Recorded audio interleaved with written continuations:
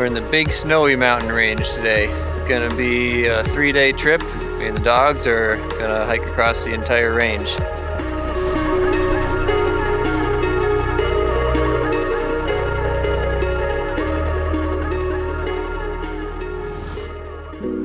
Big Snowies is a relatively small, isolated mountain range, kind of similar to the Crazy Mountains, but not as gnarly. This mountain range is still high, still big climbs here, but once you get up on top of the ridge, it's pretty mellow up there. Amy and I just shuttled the cars, so I have a car waiting for me at the end of this hike.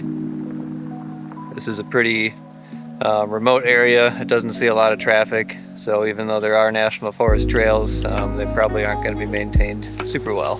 I don't expect it to be extremely difficult. There's going to be a few difficult spots, but mostly it's just going to be a lot of time up in the alpine with incredible 360-degree views. That's what I'm hoping for. We'll see what happens.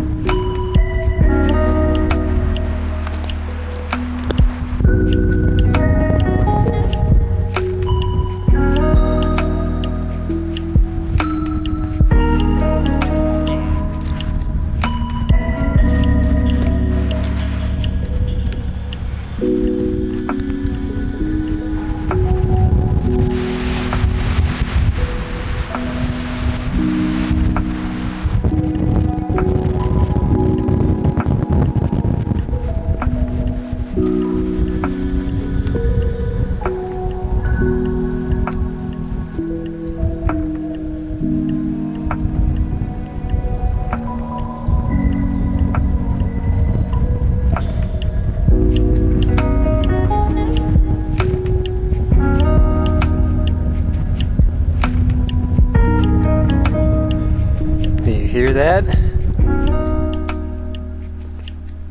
It's quiet. That means there's no wind. This is my first moment since I got up on this ridge that it's been not windy. It's just been relentless, pounding wind the whole time. That is so much more enjoyable. The wind really bothers me for some reason. It doesn't allow you to relax. So I'm always very grateful to be up high when it's not windy.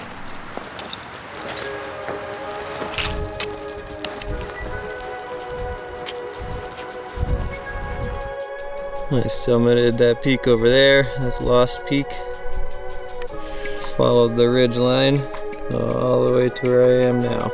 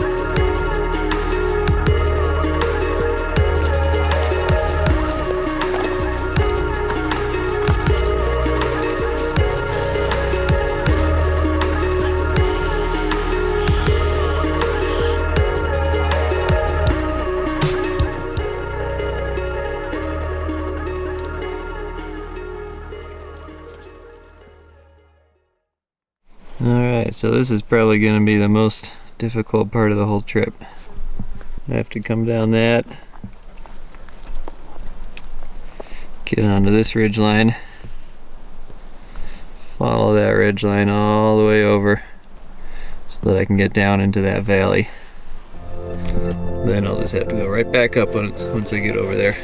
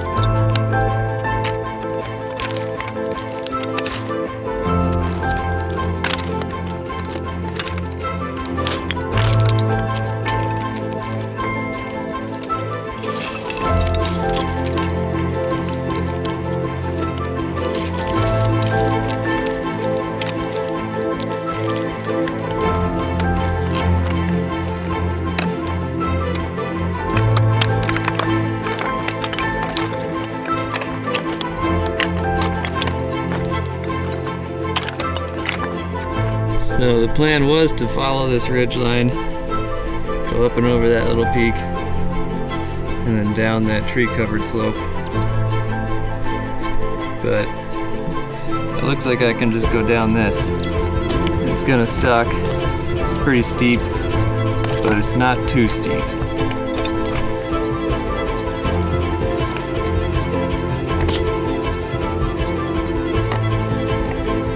You got it.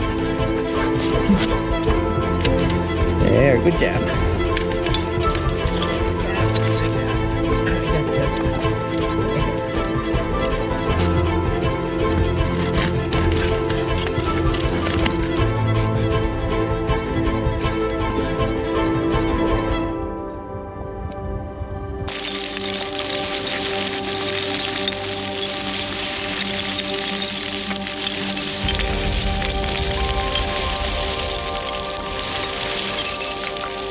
Getting so close. You can hear the water right down there.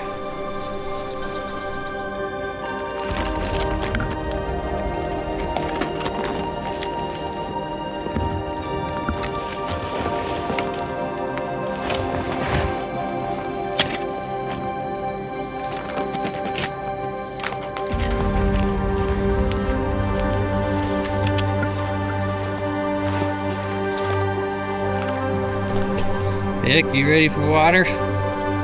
You too, man?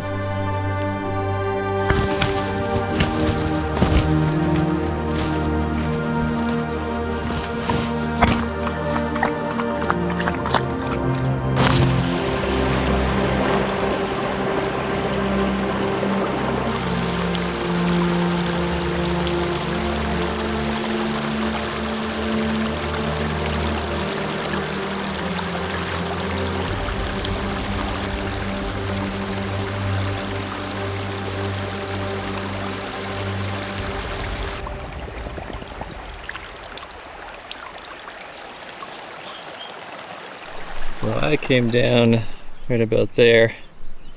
The plan was to follow that ridge and then go down this tree-covered slope, but as I'm looking at it, that part right there is the exact same as what I just came down, so there's really no reason to go there. So that's the better way to go.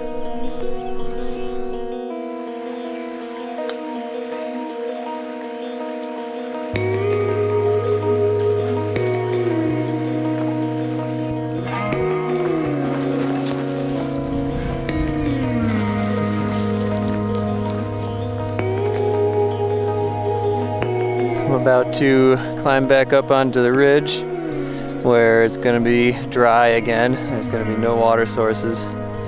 I was hoping to fill up at this creek right here before I climbed up. But as you can see, that's not going to happen. So I think I'm going to have to go back downhill following this creek bed until hopefully there's some water flowing. Okay, we have water. 6 liters. I didn't have to go down too much farther to find it. I soaked my shirt in the water and It's ice cold. It'll help keep my body temperature down a little bit as I climb. It's getting hot out and there's no more shade after this.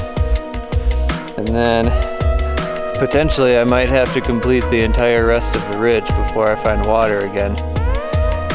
There's one spot where I'm hoping to be able to hike down from the ridge just a little bit and hoping to find water there, but that's an uncertainty. So I'm bringing enough to get me through, but not enough to be comfortable. So that's all I can carry.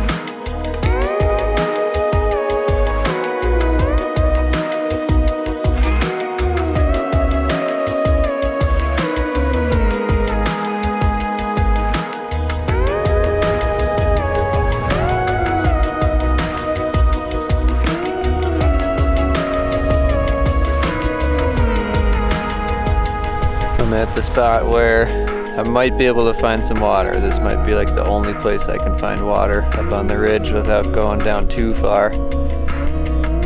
There's a dry creek drainage here, so I'm just gonna have to go downhill until it starts running, and hopefully that's not too far away. There is some snow though that the dogs found.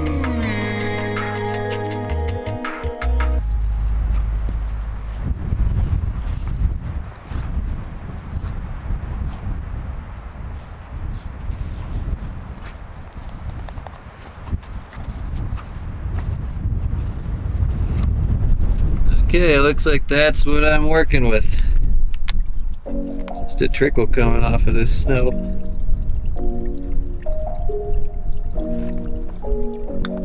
And I'm seeing some of that red algae in the snow, which is toxic, so you gotta be careful about drinking the snow melt when the snow is red like that, so I think I'll be filtering this water.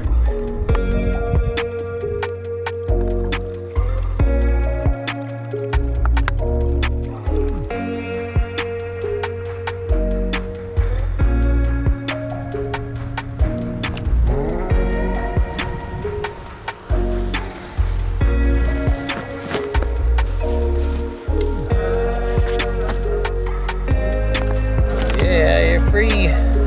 You're free.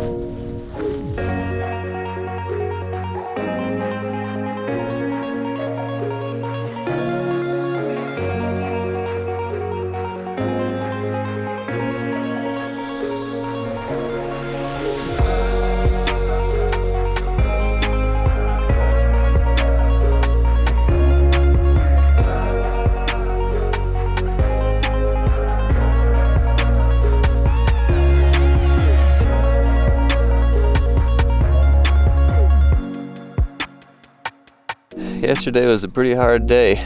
Some really tricky terrain, and then it was just hot. It was so hot climbing out of that valley yesterday. And that took a toll on all three of us, I think, especially the dogs. They're both pretty sore today, so I'm doing Echo a favor and carrying her backpack. I'm gonna let her warm up at least. Maybe she'll be carrying it by the end of the day. But today we have like 14-ish miles to go. And it all looks pretty straightforward. There's really just one tricky section on this whole hike, and that's what I did yesterday. But after that, this section of the ridgeline is very straightforward. It's pretty flat up here, and you just go. Still no water, but we still have like 3 liters left. I probably carried like 8 into camp last night. My backpack was heavy. There are these cool like sinkhole cave things up here. I've never seen anything like this in the mountains. A lot of them are holding snow too, even late into July. So if you get really desperate and you don't have any water up here, you could try to find some snow in one of these caves and melt it. The ice cave is about a mile round trip of a side trip, but definitely worth it if you have the time. It's really cool. It's middle of July right now, it's hot out. Down in that cave there's still ice and it's probably 50 degrees in there. And I think the ice probably sticks around all year. So the ice in there is probably ancient. It's been there for forever. Really cool, unique little feature. Definitely worth the trip if you have the time. Wow. It's also a place you could get some water. Since there's no water up here on this dry ridge, you have to kind of work for it. So a little bit of a side trip, but there is some water in there. It's not a lot and it's not great, but I did see some puddles down there.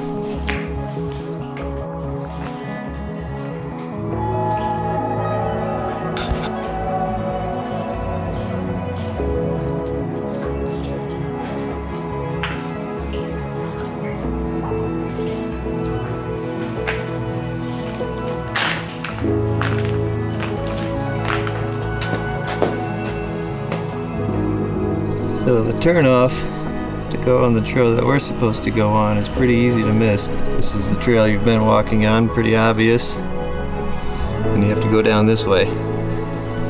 No tread on the ground, but there is a cairn and trail sign there. And now that we've stepped off of what is seemingly like the main trail and the Big Snowies onto this very unmaintained trail, now we're running into blowdowns. So you can kind of expect that the rest of the way, I think. So this trail is pretty hard to follow. So you kind of have to follow the signs. If you don't know this trick, you always want to look out for these cut logs. So those are signs of old trail maintenance. So that means that somebody maintained a trail here at some point. There are some cairns every once in a while. Yeah, look for those cut logs.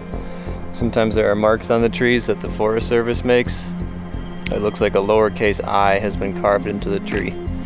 Otherwise, we're still on the ridge line, so you're still just kind of following the ridge.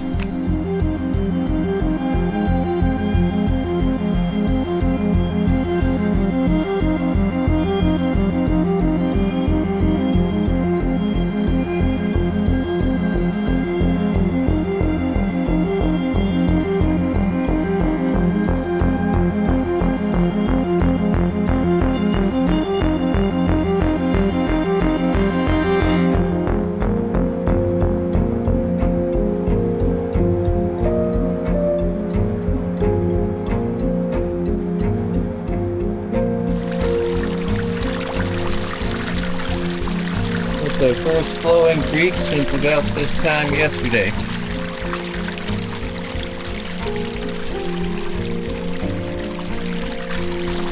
This final trail, the Dry Pole Creek Trail that you take to get out of the mountains, is also very hard to follow. And there's even less signs of trail maintenance, cairns, or anything like that. There's really no signs of human activity here. This is Dry Pole Creek. I was counting on having water here, and there is none, so that's worth knowing. So at the end of this Dry Pole Creek Trail, the trail actually dead ends on some private property. So Right now I'm kind of at the boundary of the private property, the end of the national forest. As you can tell, there's cows out here. The trail has turned into a cow trail for the past few miles. But now I'm leaving the trail and I just have to go cross country over the hills, another half mile or so, and then I should be at the car. It's right there. So close. Gotta get down this hill. Dogs beat me to it.